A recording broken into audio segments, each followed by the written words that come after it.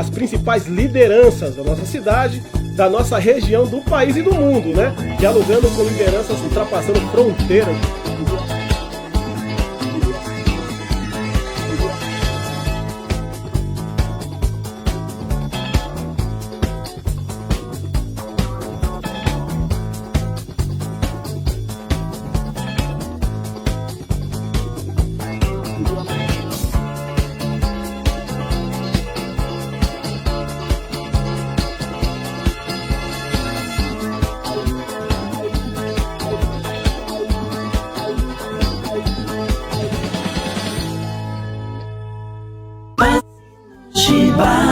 Você já conhece o supermercado Chibata? Além da qualidade oferecida pela rede, a unidade em Ferraz de Vasconcelos conta com 4.000 metros de área de venda com 30 pontos de check-out para atendimento, lanchonete e restaurante no local, onde todos os dias é servido almoço das 11 às 15 horas com um cardápio variado. Além disso, o supermercado oferece 9 lojas de conveniência com diversos tipos de serviço, 2 pontos de caixa eletrônico 24 horas e uma casa lotérica. Quem vem fazer compras de carro não precisa se preocupar. O Chibata possui cerca de 400 vagas de estacionamento, sendo 300 só na área interna, com câmeras de segurança em toda a extensão do local.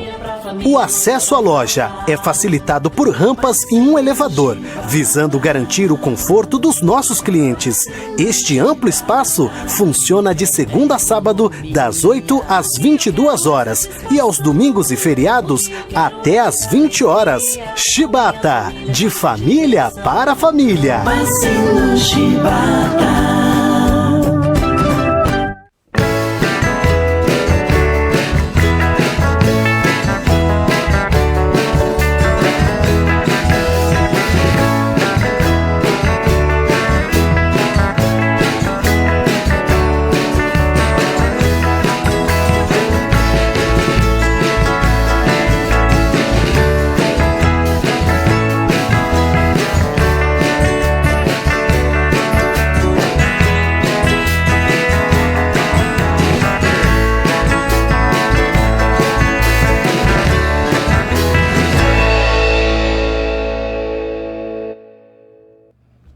Boa noite, boa tarde para você de casa que está chegando agora na TV Cenário. É sempre um privilégio poder conversar com vocês.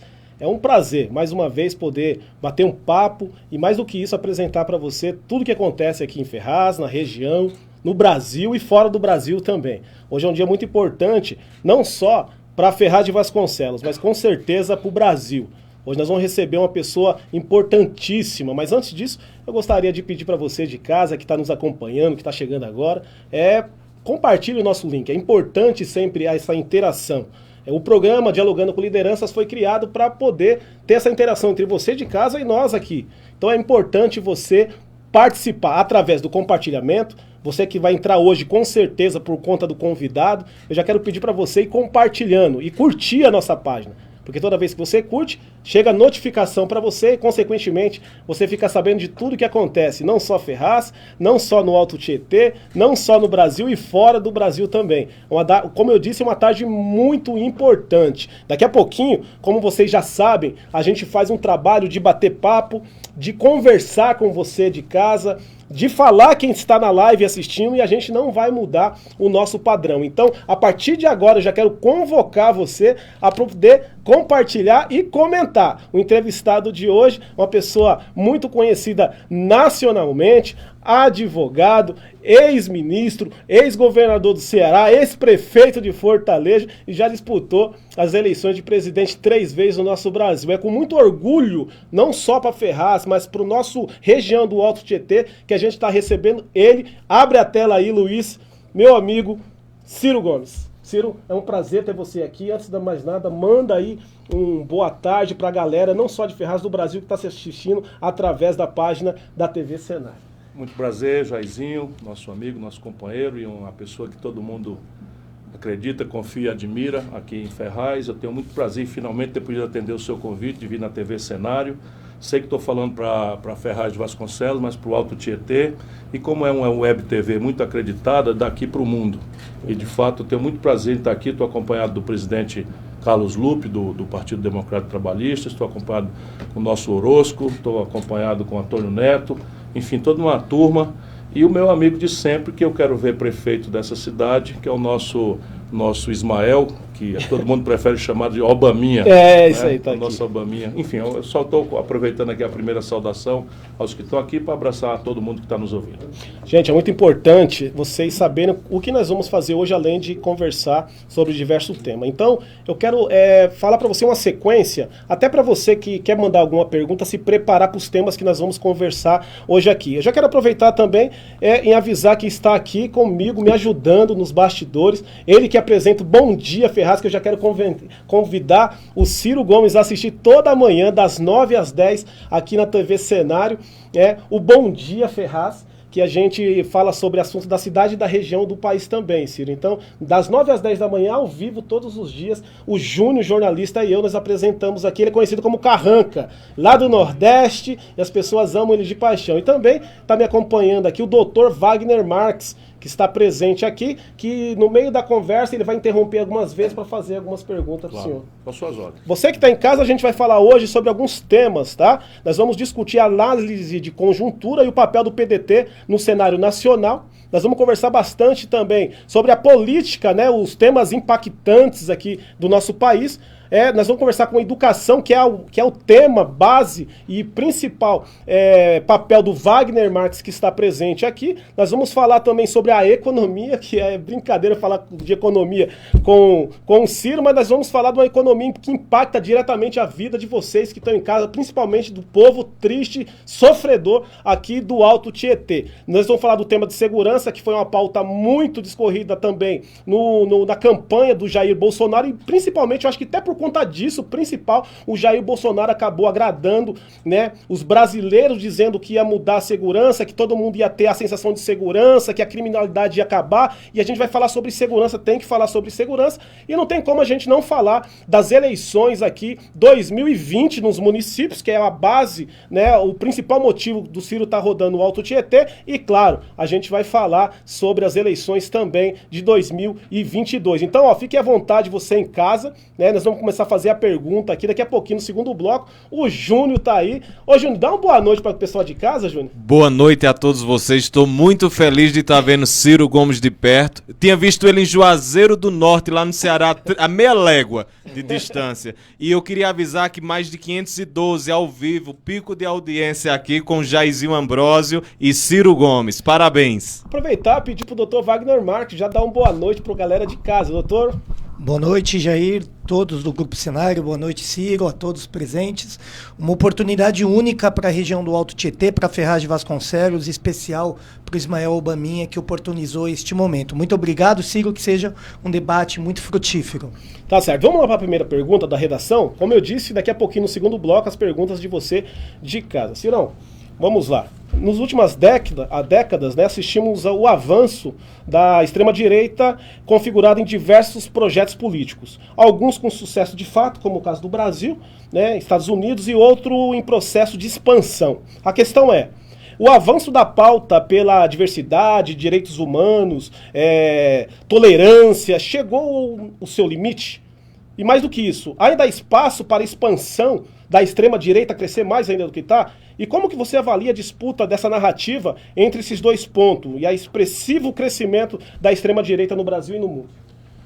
Veja, a gente precisa ajudar o povo a entender, para além dos rótulos, né? Porque hoje em dia o rótulo esconde muita coisa. O que é que significa esquerda e direita na história da humanidade? A direita é, vamos dizer, a ideologia do individualismo. Tem uma crença, que é basicamente, porque não é um palavrão, tem uma crença de que o sucesso das pessoas depende exclusivamente do indivíduo. Traduzindo de forma resumida.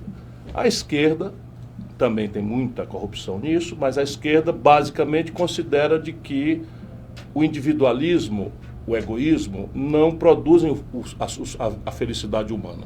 E que é preciso que a coletividade apoie os indivíduos. A partir disso, muita manipulação é feita. Esses termos vêm da Revolução Francesa. os que eram mais progressistas, mais solidários aos pobres, sentavam-se do lado esquerdo do parlamento, e os que eram mais agressivos, mais individualistas, na velha França, sentavam-se à direita. Eram os jacobinos e os girondinos. Eu estou recuperando isso porque tem muita corrupção nesses assuntos, muita manipulação. Então veja, no que está acontecendo no Brasil? No Brasil, o Estado brasileiro colapsou. Então nós estamos inteirando em 2019 a pior década da história. A pior década. Né? São números gelados. Né? O Brasil, que já chegou a crescer 15% num único ano, está crescendo agora ao redor de 2% ao ano na média. E pior, cresce 2 e quebra, 2 e quebra. E isso acontece, e isso produziu alguns números terríveis. Por exemplo, nesse momento nós estamos conversando aqui em Ferraz de Vasconcelos, 13 milhões de brasileiros, em números redondos, estão desempregados. 38 milhões e 800 mil pessoas estão empurradas para viver de bico, sem nenhuma proteção, nem hoje e nem na velhice. Isso produziu um caldo de cultura em que as famílias foram levadas ao endividamento. Hoje, de cada 3 famílias, 2 estão endividadas sem dar conta de pagar a conta. E isso vai para a humilhação. São 63 milhões de pessoas que estão com nome sujo no SPC. Diante disso, a população, né, sente as consequências. Não é que pobreza gere violência, como a esquerda burra fala. Não é a pobreza que gera violência. O que gera violência é a justaposição da miséria com a opulência, com o luxo, né, com o exagero consumista, em cima especialmente do jovem. Então você imagina o que é ser brasileiro para um jovem que nasceu na periferia do Rio de Janeiro, na periferia de São Paulo ou de Fortaleza. É todo dia compre. Ele não tem renda, o pai não tem renda, a mãe não tem renda. E ele com 12, 13, 14 anos está tomando notícia, né, do celular, do tablet, do tênis, da camiseta, não sei o que e tal. E ele tem a justa. Isso é irresistível, porque entra por todos os buracos da cabeça, né? Pelos olhos, pelos ouvidos, pela boca. E ali o gavião do narcotráfico oferecendo 30, 40, 50 reais de diária. Esse cenário produziu o caldo de cultura da direita. Qual é? O medo. Então a desconfiança do futuro, o medo do futuro, a não confiança no sistema. Quer dizer, o que é que o cidadão brasileiro espera da política? Para ele hoje, o bom exemplo está esquecido. Ele só vê na política a mentira na véspera da eleição, o privilégio, a corrupção, a ladroeira. Ou seja, é a mentira e o privilégio, é a ladroeira, a mentira, o privilégio, é a ladroeira. Isso produzia esse caldo de cultura no mundo e no Brasil, porque, de um outro lado, a velha esquerda fracassou. Né? Aqui no caso brasileiro, eu tenho o hábito de falar com franqueza para as pessoas. O PT, quando foi ao poder, carregou uma esperança muito grande do povo. Não é brincadeira, um operário que vem no pau de arara, vindo do interior do Nordeste, que chega, vira um operário, lidera greves e, de repente, com dificuldades de escola, com dificuldade de comida, com dificuldade de tudo, ou seja, a própria cara do povo brasileiro vai à presidência da República com Lula. E muitas coisas aconteceram, não é? Muitas coisas, o salário mínimo melhorou, o crédito explodiu, a Bolsa Família criou uma rede de proteção social naqueles lugares mais pobres, e a população, isso tudo fez com que 40 milhões de pessoas subissem na sociedade, saíssem da miséria de não poder comprar nada, para poder entrar num crediáriozinho e comprar um forno de micro-ondas, uma geladeira, etc. E essas pessoas imaginaram que aquilo era uma rampa, que eles saíram, vou falar aqui como o povo fala, saiu da merda, melhorou um pouco, e que o filho dele ia melhorar. O próprio PT colheu o preço de não ter uma estratégia, porque subiu o salário mínimo, não se sustentou, o salário mínimo já esfriou de novo. Porque o salário mínimo era $76 a poder de compra, a gente compara com o dólar, que é a moeda que não muda muito de valor. Então era $76 a poder de compra, com o Lula foi a 320, já com a Dilma cai para 200 e tanto. As pessoas sentiram que foram roubadas. O crédito, que é como um porre, né? Na hora do porre você sente a euforia da bebida, mas depois vem a hora amarga de pagar. E aí as pessoas perderam o emprego, perderam a renda. É com isso que elas se endividaram. Entraram no SPC. Então entraram no endividamento absolutamente explosivo. Então perdeu o valor do salário mínimo, perdeu o acesso ao crédito E aquela rampa, né, que parecia que o filho do brasileiro ia melhorar, virou um pau de sebo. As pessoas escorregaram de volta. E isso virou ódio. Nesse momento começou a ascensão, então. A direita vem aí. Ela vem pelo medo, produzido por uma crise que não foi o Bolsonaro que produziu. O Bolsonaro surfou nessa crise. Na onda. E não está dando conta, porque não tem como ser resolvido assim. Do jeito que o Paulo Guedes está fazendo, não tem como. Porque o egoísmo não percebe que o capitalismo moderno já mudou muito. Não é mais como era no passado. E qualquer pessoa entende, o capitalismo moderno funciona assim. O consumidor, não é? Que é a chave de tudo. Então, se o camarada, a família pode comprar, o comércio vende.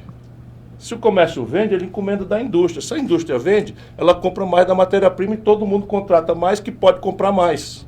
Essa é a roda do crescimento econômico. No caso do Brasil, renda, emprego e crédito estrangulado, não há menor chance, nós não temos consumidor capaz de consumir. Então o comércio está quebrando e a indústria está quebrando e eles estão botando a mão em cima para quebrar mais ainda. Doutor, alguma colocação? Eu tenho sim, Ciro. Se possível, como o senhor havia indicado, então seria o avanço da extrema-direita um efeito colateral do capitalismo moderno. Esse cenário é muito próximo do que vem ocorrendo em alguns países, tanto nos Estados Unidos, em Israel, com Benjamin Netanyahu, a questão da Inglaterra, com o Brexit, a queda da Theresa May, consequentemente a atuação do Boris Johnson. Essas forças da extrema-direita desenhadas em vários cenários, ora na Europa, na América Latina, em outros continentes também. Qual seria um antídoto para que esse movimento ele tivesse a sua força diminuta? No caso do Brasil, eu tenho escrito sobre isso, tenho falado sobre isso.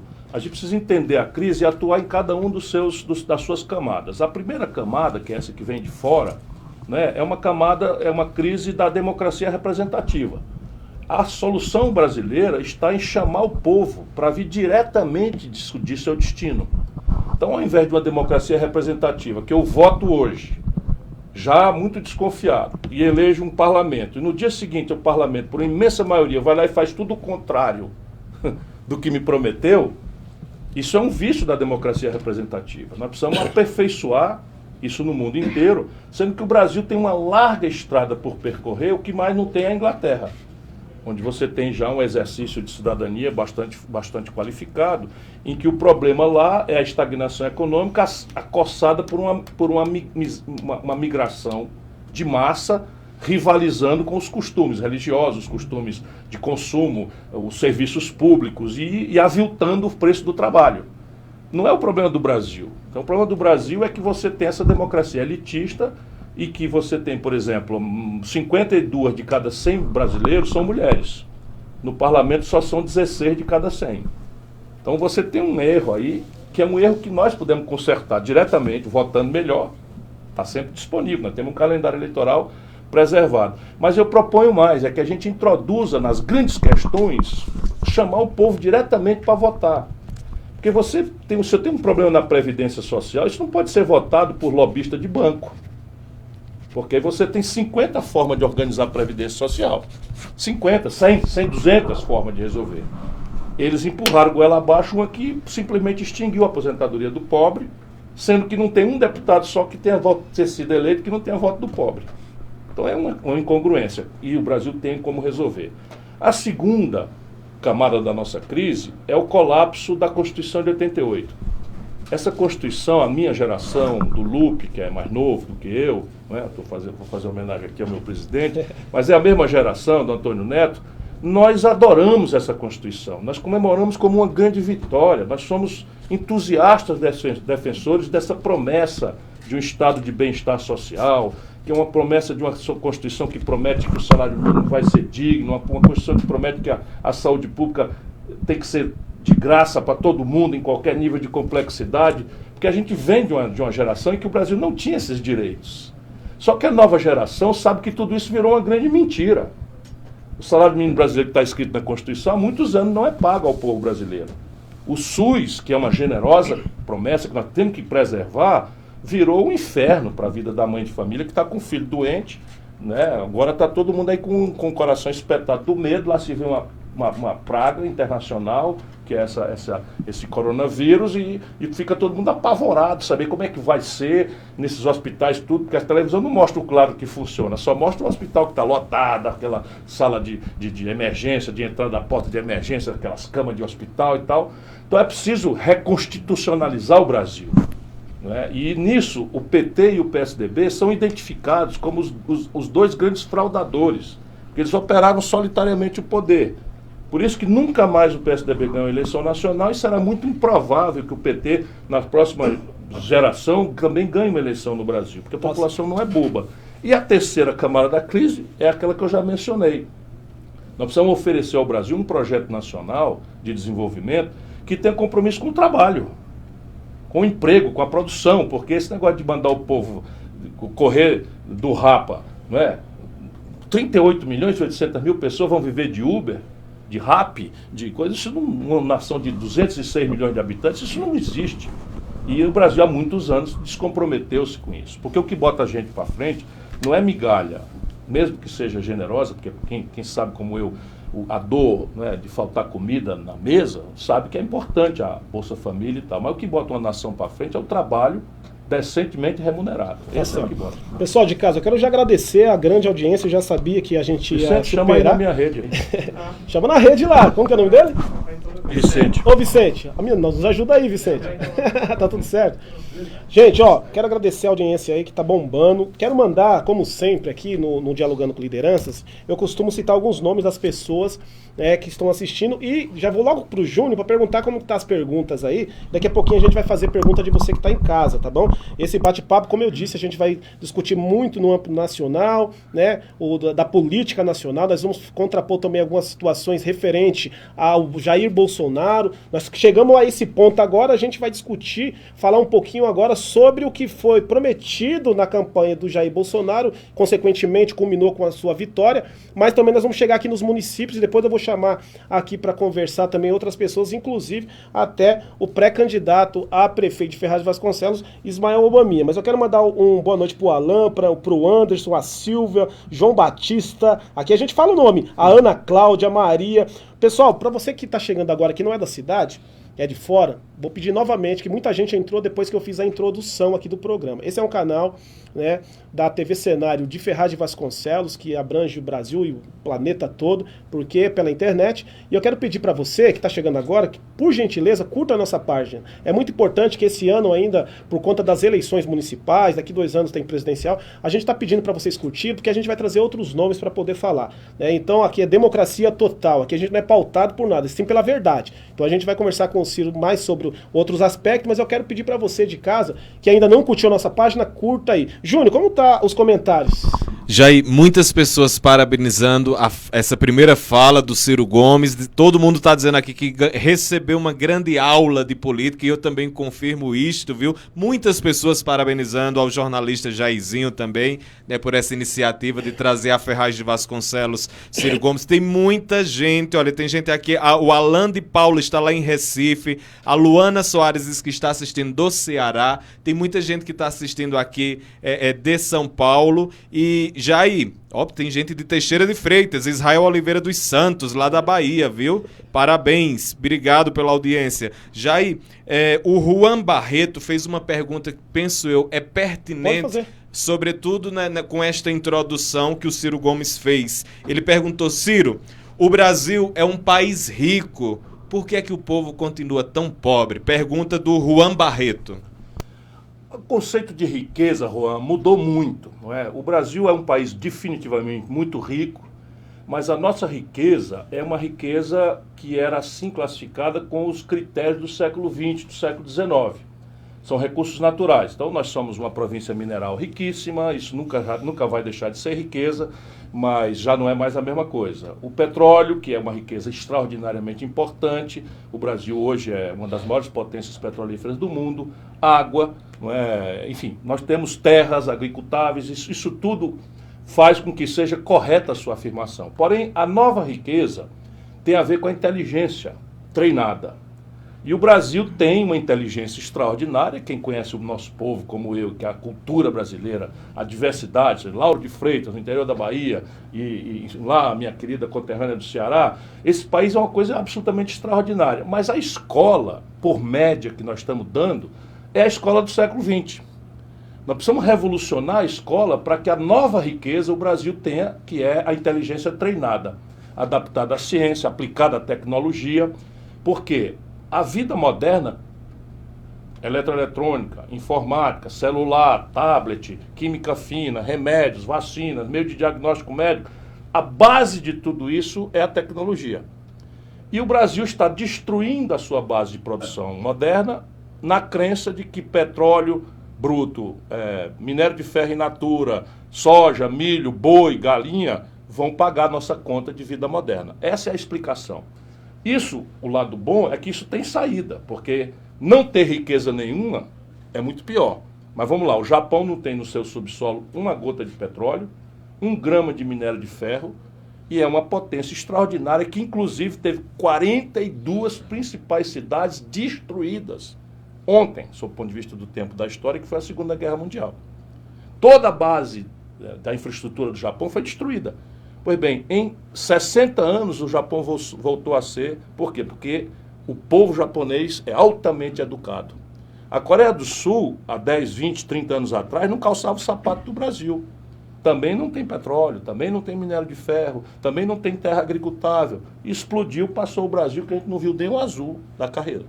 Por quê? Porque é uma aposta em educação, uma aposta no povo, não tem esse papo furado de Estado mínimo, esse papo furado ideológico que se vende como se fosse ciência boa no Brasil, porque lá assim, a escola é pública, boa, de qualidade, e escola pública boa, de qualidade, custa grana. E eles vão lá buscar essa grana nos ricos, essa é a grande questão.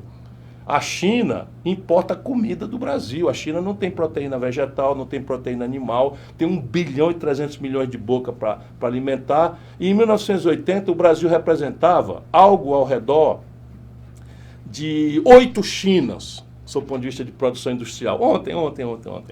E essa gente que tomou conta do Brasil. Portanto, nós temos base física, base humana. O que está fracassando no Brasil é a política, que é o desenho de um projeto nacional de desenvolvimento comprometido com produzir a riqueza a partir das nossas vantagens comparativas, petróleo, energia, água, biodiversidade, terras agricultáveis, mas sofisticar, agregar valor para que nós não acreditemos que o nosso povo vai viver isso tudo bem, é muito digno, o conceito de viver pela força do trabalho, mas Uber, não sei o que, isso daí é um sintoma de atraso. A Inglaterra, por exemplo, já não tem mais Uber. Verdade.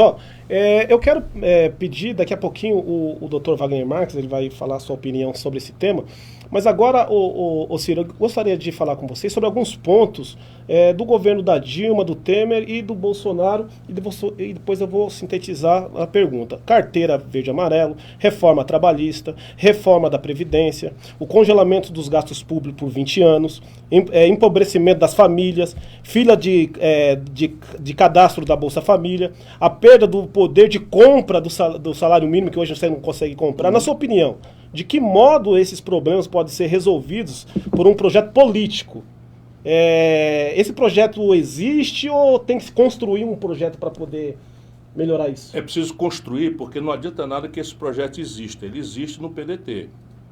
Esse projeto no PDT, inspirado no trabalhismo de Pasqualini, no trabalhismo, teve um grande momento com Getúlio Vargas, né? Na questão da educação é um momento extraordinário com Brizola, mas tem Darcy Ribeiro, tem Anísio Teixeira, tem uma série de coisas concretas que dão base. Mas esse projeto, ele não adianta ficar na minha cabeça, na cabeça do militante médio do PDT.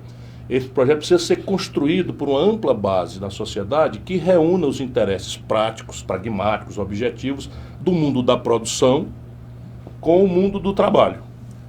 E quem é o inimigo? Se parece que todo mundo está do mesmo lado. O inimigo é aquele que não se apresenta para nós, porque quem manda no Brasil ao longo desses últimos 40 anos é o setor financeiro. Então, veja bem, tem problema de dinheiro público, arrocha o salário mínimo, aperta a Previdência, corta não sei o quê. Qual é a lógica disso? Os caras não são, vamos dizer, masoquistas ou sádicos, querem fazer isso por maldade. Eu não participo dessas demagogias, né? questão básica é um erro de compreensão. Então o Brasil tem um orçamento. O que é o orçamento? É uma lei que prevê todos os dinheiros que o governo vai arrecadar durante um ano e prevê todos os lugares onde o governo vai gastar esse dinheiro. Então, isso é o que nós devíamos ajudar o povo a entender. Todo o orçamento ali está na internet. Secretaria do Tesouro Nacional está lá o orçamento. Então, bora lá. Onde é que está a coisa pegando? O Brasil, de cada R$100 de riqueza que o nosso povo produz, R$32,50, R$32,50 são recolhidos como imposto. Vamos olhar isso daqui, que é por onde entra o dinheiro, para a gente ver consertar. Uma cidadã que sai diarista de casa aqui em Ferraz de Vasconcelos, no Alto Tietê, e que está falando com a patroa no telefone, ela paga 40% de imposto no preço do pré-pago dela. E nem sabe. O cidadão chegou em casa esfolado, desempregado, humilhado, não tem vaga, entra em casa, acende a luz, liga a televisão, que está com a prestação da Casa Bahia atrasada e tal, para ver notícia ruim. 40% do que ele está pagando da energiazinha da casinha dele, da periferia de São Paulo, em qualquer lugar, imposto, ele não sabe. Aí no Brasil, as grandes heranças não pagam puto. Aliás, para não dizer que não pagam pouco, pagam 4%. As grandes fortunas e os lucros e dividendos das grandes corporações, só no Brasil ninguém paga. Estou te dizendo aqui. Então dá para você fazer o quê? Tirar imposto do pobre e da classe média e aumentar o imposto do rico. Deixando a conta aqui mais ou menos nesse pano que não dá mais para aumentar. Certo. Isso está tudo escrito no programa do PDT. Para quê? Para dizer de onde vem o dinheiro. Porque o resto é mentira. Se o Bolsonaro, vou fazer a educação acontecer, vou fazer a segurança acontecer, o problema é a corrupção, tá aí. O Brasil com o pior investimento da história, um rombo nas contas internas de 95 bilhões, ele queimando o patrimônio todo, vendendo tudo, e o Brasil arruinado. O pior investimento da história do Brasil foi no ano dele. Porque o pior da história era o da Dilma. Doutor? Mas deixa eu terminar aqui. Então, quando você olha o gasto, aí o gasto é assim, de cada R$100 que o governo gasta, se a gente perguntar ao teu telespectador, ele vai dizer, você devia gastar onde? Ele vai dizer, segurança, saúde, educação. Pois bem, 51 de cada R$100 é juro para banco. Juro para banco. 51 de cada R$100 no orçamento. Só que o governo não está pagando, porque a conta está deficitária, desequilibrada. Então essa dívida está aumentando. E isso vai virar 52, 53, 54. Aí o que é que eles fazem? Em vez de acabar a mamata do juro alto, eles estão apertando os outros gastos. Quais são os outros gastos? Só são 3 importantes. Porque segurança há muito tempo o governo não faz a aplicação devida. A gente vai falar de segurança. Previdência social, eles acabaram com a previdência do trabalhador. Porque pode anotar, agora passou, nós brigamos, subi a periferia, conversei, fiz o diabo, mas você não conhece um trabalhador brasileiro que tenha 65 anos de idade e que tenha 40 anos contínuo de trabalho com essa idade. Isso não existe. Porque nos dados oficiais, e a gente sabe como é a vida.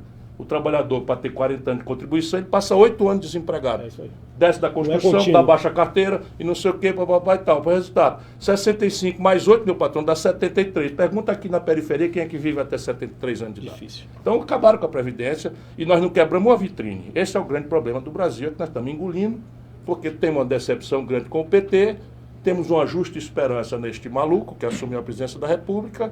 E vamos ter que aguardar o povo ver isso com calma e tal, porque também a gente não pode estar torcendo para as coisas não darem certo. Verdade, doutor? O outro buraco, que é 51 é juro, Previdência leva um bocado, saúde pública, que já vai mal e porcamente, eles vão cortar mais ainda, e educação, onde eles estão cortando, congelado por 20 anos os dois. Só para você ter uma ideia, para não completar muita conversa, no nosso país está caindo muito, mas nasce 2 milhões de bebês por ano. No Brasil, nasce 2 milhões de bebês por ano.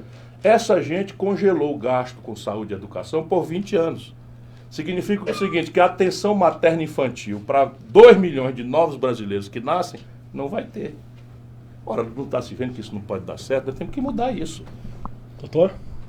Sim, Ciro, muito lúcida a interpretação. Nós temos um cenário hoje de grandes intérpretes, quadros políticos pulverizados em diversos grupos, né? Ora mais centro-direita, ora mais direita, extrema-direita, esquerda, essas denominações que o senhor havia colocado no início.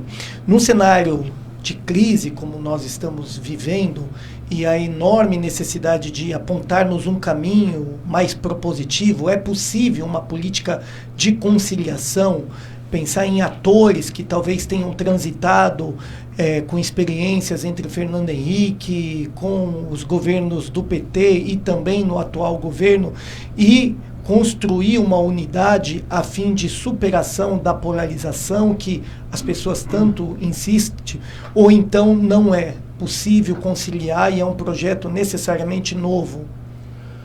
O Brasil precisa achar um ponto de equilíbrio entre a necessária ruptura e a necessária conciliação para construir o dia seguinte dessa ruptura. Deixa eu ver se eu explico.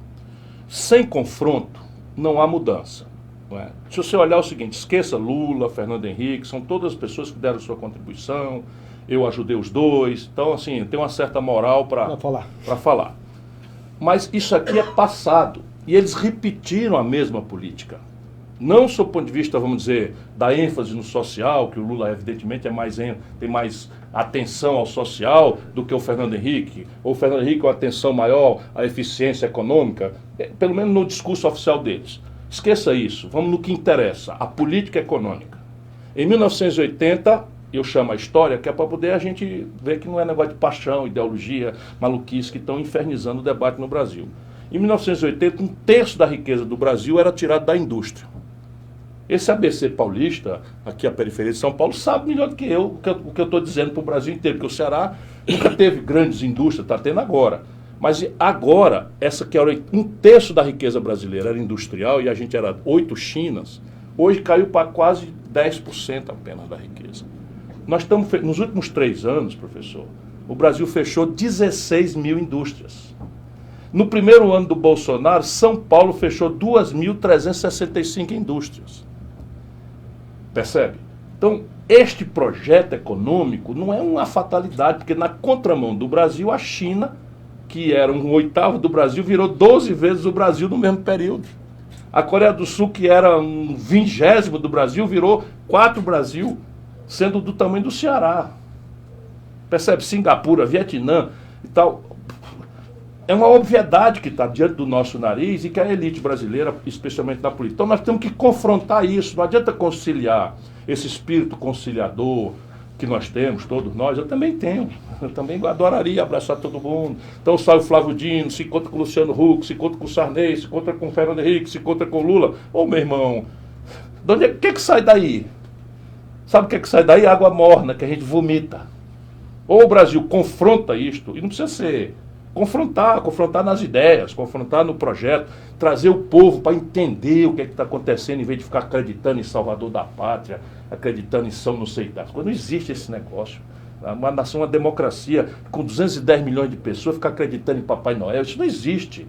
Todos nós somos finitos, todos nós temos uma obra boa, todos nós temos nossos defeitos. Nós precisamos fazer um movimento que o povo saiba que tem uma parte ali do sacrifício que ele vai ter que fazer, mas que na frente está esperando por ele um futuro diferente. E aí tem que dizer como é. Vamos lá, vou propor aqui, concretamente. Quer acabar com um buraco na conta do governo? Vamos acabar ligeirinho aqui. Ano passado, o senhor Jair Bolsonaro dispensou 320 bilhões de reais de rico, de cobrança de imposto. Vamos deixar 80%? Vamos deixar 80%. Não se explica, vamos deixar. Sabe quanto é que dá se eu tirar 20%? Dá 60 bilhões, 62 bilhões de reais. O Brasil é um de 2 países do mundo que não cobra imposto sobre lucros e dividendos. Mais o imposto sobre ganho e fortuna, a gente arrecada mais 90. 90 com 60 dá 150, o 10 foi 95, já sobrou dinheiro para eu botar em saúde, em segurança, para não estar mentindo para o povo. Aí quem não quiser acreditar, vai lá, procure saber o que está fazendo no Ceará, um dos estados mais pobres do Brasil. Faz 30 anos que não fala em salário atrasado. Lá no Ceará nós temos a melhor rede de educação do Brasil. Pagamos salário para o professor do Ceará mais do que São Paulo paga para o professor de São Paulo. Que é isso? Pessoal, qual é a diferença? Política. Deixa eu usar do bom senso e também da contrapartida de uma pessoa que, por sinal, gosta muito do Ciro. Ele que começou, que acreditou, eu falei que ia falar isso no ar, ele não acreditou. Quando nós começamos com o Bom Dia Ferraz, ele foi um dos primeiros a seguir a nossa página e compartilhar. Ele falou, Jair, será que você consegue fazer uma pergunta para o Ciro ao vivo no seu programa, que eu tenho certeza que vai bombar? Eu falei, com certeza, meu irmão. Coloquei aqui e vou fazer. Kleber, né? Gostaria que você mandasse um bom dia pro Kleber Araújo, tá nos assistindo. Forte abraço, Kleber Araújo, obrigado por tudo. E ele mandou assim a pergunta. Vou fazer uma pergunta pro senhor agora. Com a polarização na vitória do partido, se porventura o PDT vir a ganhar, qual a chance, né? E a possibilidade de ser revistas as desastrosas reformas do atual governo? Ele disse que foi feito várias reformas, o Bolsonaro assumiu, mudou muitas regras. Qual que é a possibilidade, que eu sei que é lei, o PDT ganhar as eleições e tentar mudar o que está aí? É muito difícil mudar ou dá para mudar? É mais fácil a gente não deixar fazer errado do que consertar. Mas nós do PDT temos um compromisso, e é um compromisso transparente. Nós trabalhamos muito duramente contra esta forma de reformar a Previdência, e levamos bordoada dos dois lados, porque o PT nega o problema da Previdência. Mente, enfim, deixaram um rombo aí que é de 70, 80 bilhões de reais só na Previdência por ano, e mente que tem um problema. E nós não, nós assumimos a tarefa de que compreendemos que tem um problema e propusemos, demos a cara para bater, sem ter a ferramentaria, com começo, meio e fim, uma fórmula de fazer uma Previdência Social justa e legítima. Que também ninguém precisa ser grande gênio para entender. Verdade. É assim, ó, o trabalhador do INSS, se eu estiver falando demais, você me Não, corta. não é. Porque eu estou voltando de férias, eu estou com a duração inteira, Fique filha. em paz. Então, o trabalhador do INSS, o comerciário, o bancário, o servente de pedreiro e tal, o déficit por cabeça é de R$ 1.400 por cabeça por ano. Ou seja, para cada trabalhador do INSS, faltam R$ 1.400 por ano para completar a conta, que é a esmagadora maioria do povo brasileiro. Os servidor público do judiciário e do legislativo, o déficit é R$ 26 mil por trabalhador por ano. Também aqui já saiu de 1.400 o trabalhador, amigo nosso. Não que os outros não sejam amigos também, estou fazendo o número. Então, o trabalhador do executivo e do legislativo, o buraco é de R$ 26 mil por cabeça por ano. O buraco dos militares é de R$ 130 mil em números redondos por cabeça por ano. Vamos consertar? Bora. Por onde é que a gente começa? O buraco dos militares, 130, o buraco no pobre, 1.400. Onde é que eles começaram? Sentaram o pé todinho nas costas do pobre. E aumentaram o ar. E aumentaram os militares, cacete. Não estou nada contra militar, mas está direito isso? Agora a Regina Duarte está assumindo aí o secretário de Cultura.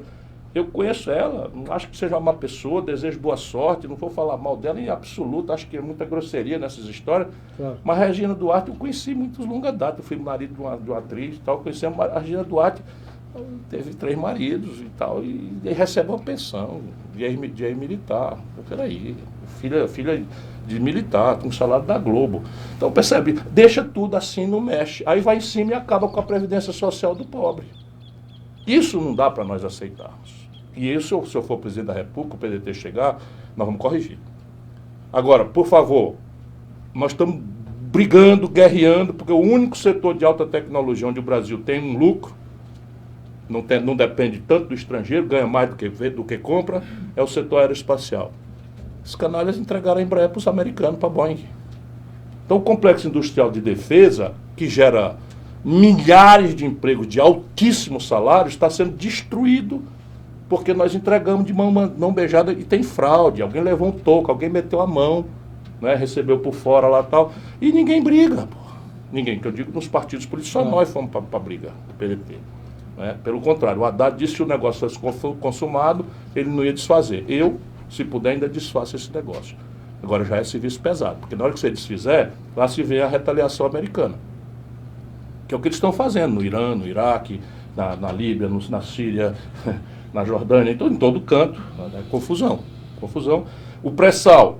O Brasil não tem direito, na hora que todo esse pré-sal, se estima uma riqueza de 20 trilhões com T de tapioca. Ô, gente querida, você especialmente pobre, preste atenção no que eu estou dizendo, não acredite não, vá saber se é verdade ou não. Pergunte ao seu pastor, ao seu padre. 20 trilhões de reais é a riqueza potencial do pré-sal. Isso é dinheiro para a gente fazer do Brasil uma grande sociedade de classe média em 20 anos. Não estou mentindo, eu sou do ramo, conheço, estou dizendo onde é que vem o dinheiro. Essa gente está entregando por preço de nada. preço de galinha morta para os estrangeiros. Vamos lá, eu tenho compromisso de nacionalizar o petróleo no Brasil, mas na hora que você entregar para eles, se você for atrás de fazer, mesmo indenizando, lá se vai embargo, lá se vai restrição, lá se vai confusão. Ô Ciro, não está na pauta aqui, mas você falou sobre uma questão que me chamou a atenção, eu quero só voltar um pouquinho só. Você falou sobre a Regina Duarte assumindo o ministério, né? Me fala uma coisa, eu percebo, não sei se é impressão minha, que há uma vontade muito grande do governo do Jair Bolsonaro de acabar com algumas forças que, sem dúvida nenhuma, fazem parte da democracia, né? A parte de artistas. Esses dias teve até uma postagem, uma fala do Jair Bolsonaro sobre o jornalismo, que ele disse que está em extinção, que vai acabar. Por que esse governo, na sua opinião, tem tentado acabar com essas representatividades que, sem dúvida nenhuma, fazem parte da democracia e ele é muito forte para a continuidade moral e cívica aí do nosso país? Porque a arte, a cultura, o jornalismo iluminam. E a prepotência, o fascismo precisam das trevas, da escuridão, da ignorância. Então a ideia qual é? A ideia é o seguinte, ele se acerta por cima com um pastor, mete grana, ou com um padre, ou com um empresário da mídia, mete grana e o povo fica na ignorância. E esse daqui pega tão julgado. Então, você não é o Bolsonaro. Isso está acontecendo no mundo inteiro. O Trump é a mesma coisa nos Estados Unidos. Aliás, quem orienta o Bolsonaro aqui é uma figura chamada Steve Bannon, que é um americano que está por trás de toda essa estratégia. Agora está ocupado, por exemplo, de detonar o Papa Francisco. Está trabalhando para detonar o Papa Francisco, porque o Papa Francisco está falando em pobre, está falando aí numa igreja que não seja egoísta, a igreja católica. E nós que respeitamos, eu sou um homem de fé, conheço muitos pastores que são essenciais para a vida do nosso povo, muitos padres que são essenciais para a vida do povo.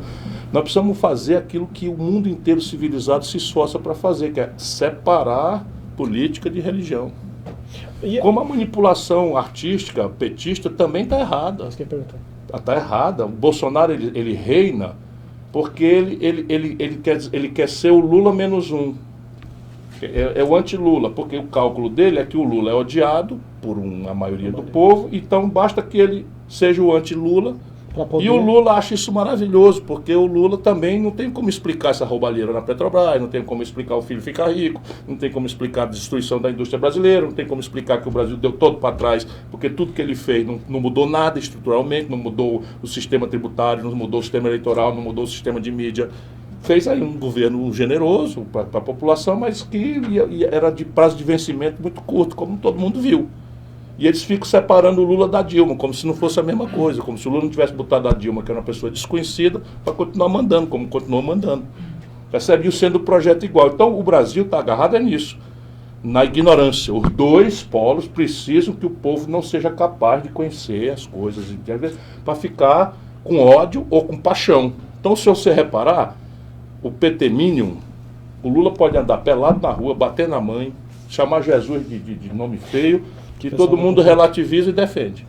O Bolsonaro pode correr pelado na rua, o filho roubar e ser engajado com milícia, fazer o diabo, o cara não quer nem saber. Relativiza e defende. Eu costumo dizer que parece time de futebol, que você torce mesmo na derrota, perdendo, fazendo coisa errada. Isto é virtude. O time de futebol é virtude, porque o cara ser fluminense e sofredor, eu tenho amigos que são, que é o Lupe, eu estou brincando aqui, porque isso é lealdade, é fidelidade, é paixão. Mas na política... Então, não deveria ser assim, na política, na hora que você transfere a sua própria inteligência, o seu próprio senso crítico para um salvador da pátria, seja ele quem for, bem intencionado ou mal intencionado, você está construindo um buraco. Porque não existe, não tem almoço de graça, o céu não é perto. O exercício de construir o nosso progresso é um exercício que nós é que temos que conquistar. Eu assisti uma entrevista sua esses dias, você disse assim sobre o Lula. Eu não odeio o Lula e não amo o Lula. Não dá pra você 100% amar alguém e 100% odiar alguém. Espera um pouquinho, vamos fazer de conta, não é? E eu também até acho, mas vamos fazer de conta sem problema, que o Lula teve um julgamento muito injusto.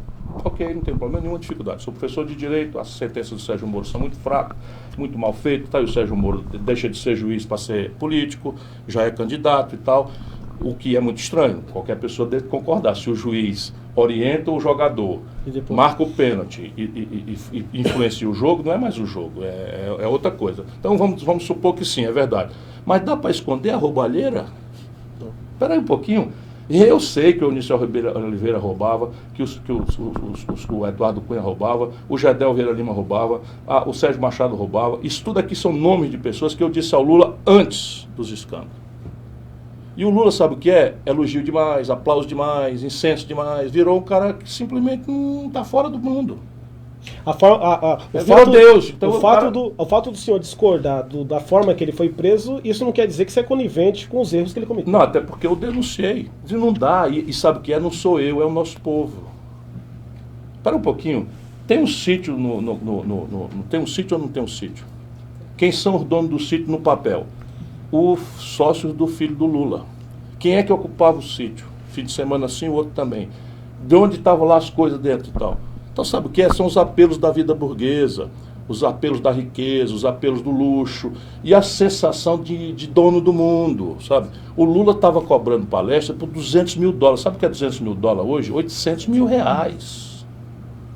O Barack Obama, teu xará, não cobra isso, tá certo? O Lula tem um patrimônio entre a fundação e o pessoal física de R$20 milhões. Ora, porra, lá no Ceará, se você não rouba nem herda, Henrique é merda. Isso é o ditado popular de mau gosto lá no Ceará. Eu tenho herança, tenho não sei o que e tal, tenho um patrimônio de 2 milhões. Deixa eu te perguntar, o que foi 10 minutos? O quê? Ele tem que sair? Meu Deus, nem começamos a entrevista. Você tem que ir embora aqui 10 minutos, então vamos correr. Eu volto. Você volta? Volto. Ô, Jair, sem querer... fazer pergunta de casa. Nossa, como que passa rápido? Meu Deus do céu. Eu não tô de verdade, eu não tô nas metades. Eu comecei a fazer a introdução da entrevista agora, Júnior. Mas sem querer atrapalhar, o Luciano Lacier está assistindo de Nova York, está agradecendo a TV Cenário por estar vendo o Ciro Gomes lá de Nova York. Frio lerdo, aqui tá um calor da festa. Então, menino. Então vou fazer o seguinte, eu deixei separado um vídeo. Na realidade foram 2. Mas na hora que passar o primeiro vídeo, que tem como título, introdução, é assim, ele não manda representante, né? Ele vem pessoalmente. Isso é verdade, que muita gente, quando eu falei que o Ciro viria, tive umas 500 pessoas que mandaram mensagem, será se ele vem? Então, assista esse vídeo, e aí na hora que estiver passando o vídeo, eu quero pedir pro Ismael Obaminha, pré-candidato, vir aqui a prefeito, e também depois trocar para o Júnior Orozco, o presidente Lupe também. Depois a gente vai finalizar assim, coisa rápida, pode ser? Coisa de 10 minutos? Ele não manda representante, ele vem pessoalmente. Solta aí, Luiz. Te mandei o vídeo. Claro que eu te mandei o vídeo. Você não colocou na pauta o vídeo? Não mata a gente do coração não, Luiz. Cadê o Natan? Você não passou o vídeo pra ele? Chama o Obaminha enquanto então já senta aqui. Senta aqui. Nossa, passei o vídeo pra vocês no WhatsApp, vocês esqueceram. Pode passar na frente da câmera. Pode passar na frente da câmera. Essa elegância toda não faz mal. Já enquanto o Obaminha tá chegando aí perto do Ciro Gomes, o Cláudio Luiz... Ele disse, além de político, falando sobre o Ciro Gomes, além de político, um excelente professor também, parabéns, né? E o deixa eu pegar aqui, eu peguei uma pessoa, Valmir Bernardo disse que o Ceará hoje é referência nacional da educação e agradece, dentre outras pessoas, ao Ciro Gomes. Olha, eu tinha reservado um vídeo tão bonito, pedi para eles baixarem do Ciro, do ano passado, das caminhadas. Prestação de contas. Nossa, que coisa linda aquilo lá, mas eu vou pôr depois do programa, eu vou colocar aqui. Por que eu chamei Ismael Obaminha? O Ciro tem que correr, já estou mudando bastante a pauta, porque ele está circulando aqui o Alto Tietê, só para quem você não sabe, só em Ferraz de Vasconcelos, o Ciro teve mais de 12 mil votos aqui, então ele está representando Vendo Ferraz, e teve um nome que conseguiu trazer, quando ele veio falar comigo, eu quase dou um troço, foi o Ismael Obaminha, pré-candidato a prefeito de Ferraz aqui pelo PDT. E eu quero fazer uma pergunta direta. Ciro, o PDT, estou vendo que você está fazendo várias reuniões em vários municípios aqui do Alto Tietê, inclusive Ferraz de Vasconcelos.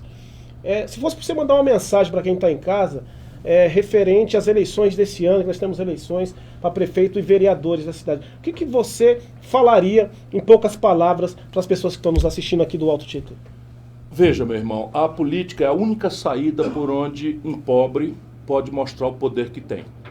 Para isso, as elites egoístas querem que você ande disperso e não reconheça a sua própria força. Eu mal comparo com aquele número antigo do circo, do elefante, né? Que é poderoso e que, com o mero estalar de um chicote, levanta a patinha, bota a bola na tromba e tal. Por que ele faz aquilo?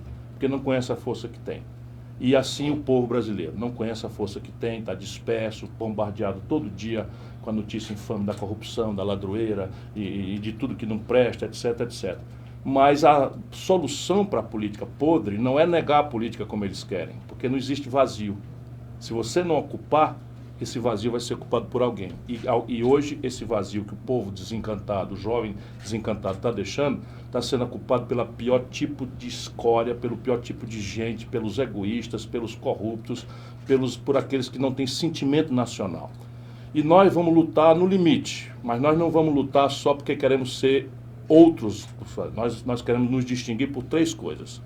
E o Obaminha está na nossa escola de candidatos, ele representa um pouco, muito fortemente, no simbólico, aquilo que nós procuramos. Ideia, ou seja, nós conversamos aqui, eu cheguei até a ser chato, eu boto o número, digo de onde é que vem o dinheiro e tal, porque a gente não pode ficar mais nessa crença de que tu deixa que eu chuto, tira o fulano e vai para lá. Ideia. Depois, exemplo. O que adianta eu ter uma boa ideia se eu não dou exemplo? Por isso que eu falo, lá no Ceará, a educação pública é a melhor do Brasil. Se eu estiver mentindo aqui, eu não presto mais para nada. Então você vai ter na internet, vai olhar como é que pode. O estado pobre daquele está com um terço dos seus estudantes de ensino médio na escola de nível tempo integral, que é uma política do PDT, que é apostar na educação. E, além do exemplo, da ideia, militância. Tem que arregaçar a manga, tem que trabalhar. Por isso a minha prestação de conta mostrou, eu mesmo fiquei surpreendido. Eu rodei 173 mil quilômetros. Você conseguiu baixar, ô Luiz? Coloca aí que eu faço questão de vocês assistirem aí. Ó, ele não manda representante, ele vem pessoalmente.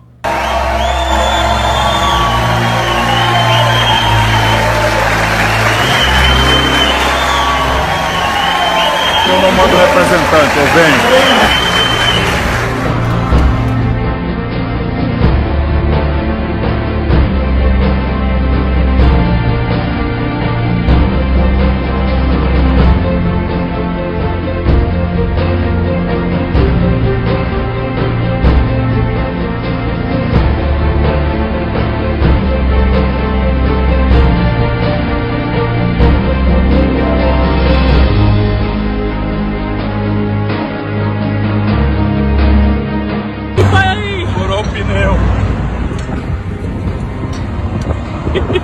Passando com a moleza.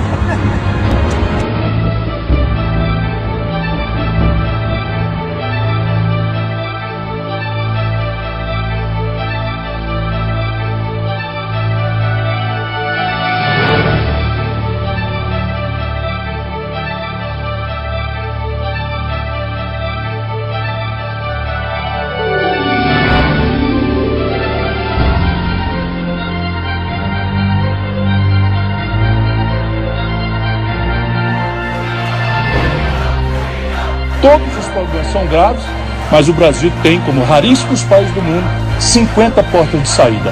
Só depende de nós.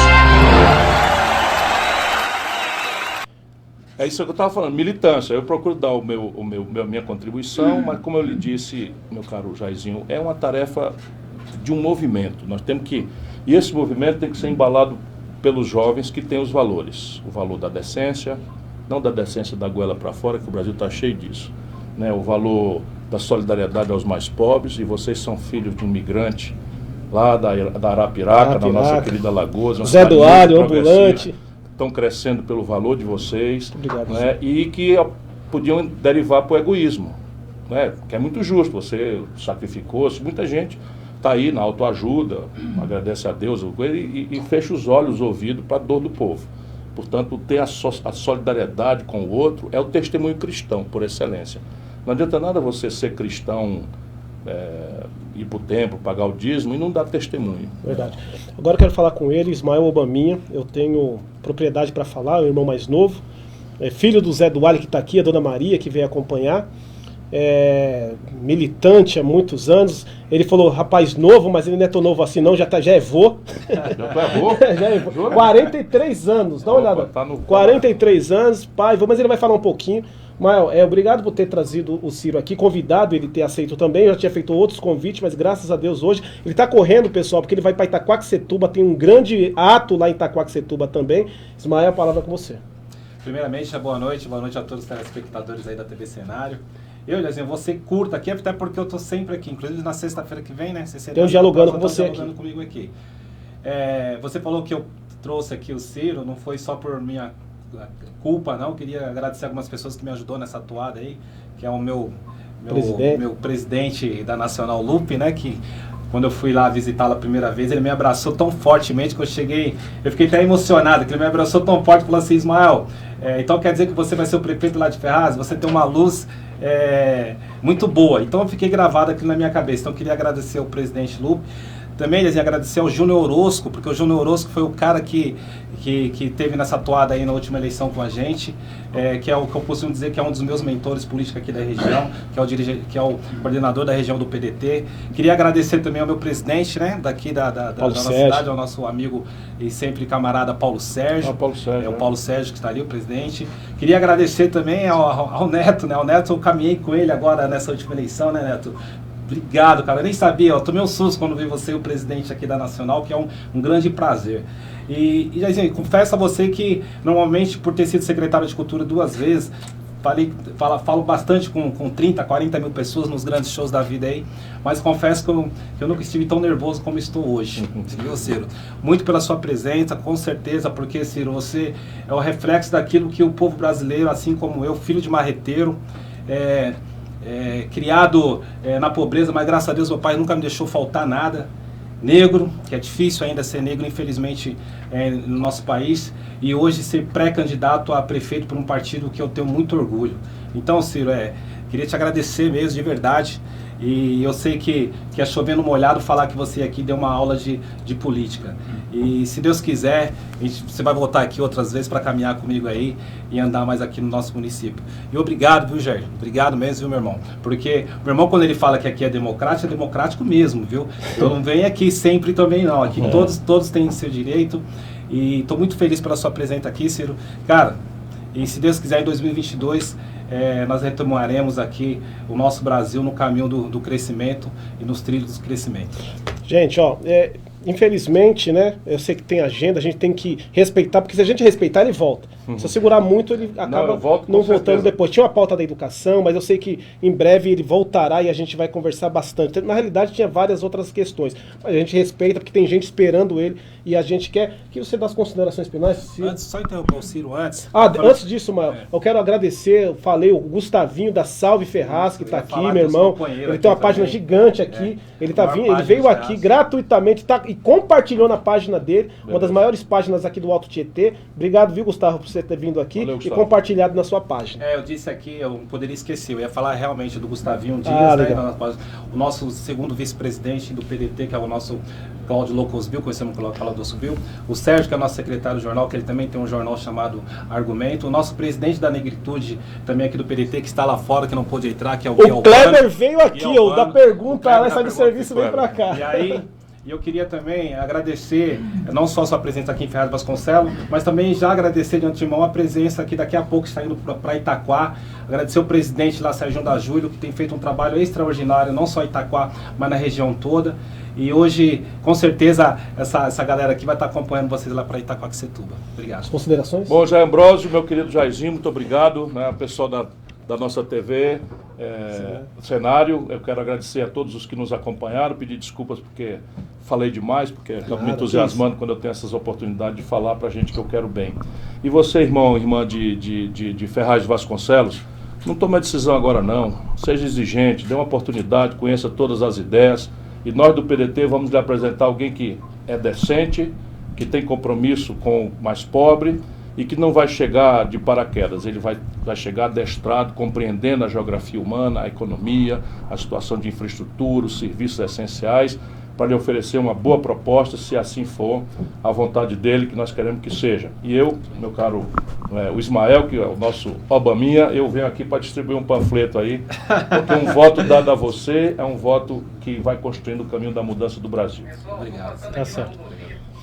Gente, eu quero agradecer de novo, né, a audiência de vocês que seguraram até agora. Quero agradecer o Wagner Marques, doutor. Quero agradecer o Júnior. Quero agradecer a minha família. E depois, primeiramente, né, a Deus por nos proporcionar mais um momento em poder discutir o nosso país, o nosso município. Tá bom? Por hoje, nós vamos ficando por aqui.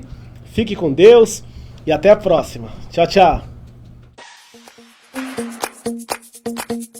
Dia Designer, qualidade e conforto a preço de fábrica. Com fabricação própria, a Dia Designer trabalha com uma equipe de decoradores e projetistas altamente qualificados, no qual vão ajudar você a organizar e decorar os diversos ambientes de sua casa, com uma novidade, sem custo algum. Isso mesmo, não cobramos taxa de visita do projetista e nem do projeto de sala. Trabalhamos com sofás, cadeiras e estofados em geral, com tecidos de alta qualidade sob medida, 100% parafusados e estrutura inteira, com 1 ano de garantia de espuma, 1 ano de garantia no tecido e 5 anos de garantia na estrutura. Venha conferir em nossa loja as novidades e tendências do momento. Estamos na rua Otávio Rodrigues Barbosa, número 214 Centro, Ferraz de Vasconcelos, São Paulo. Telefones 11 4674 3634 ou pelo WhatsApp 981 22 9003. Dia Designer, qualidade e conforto a preço de fábrica.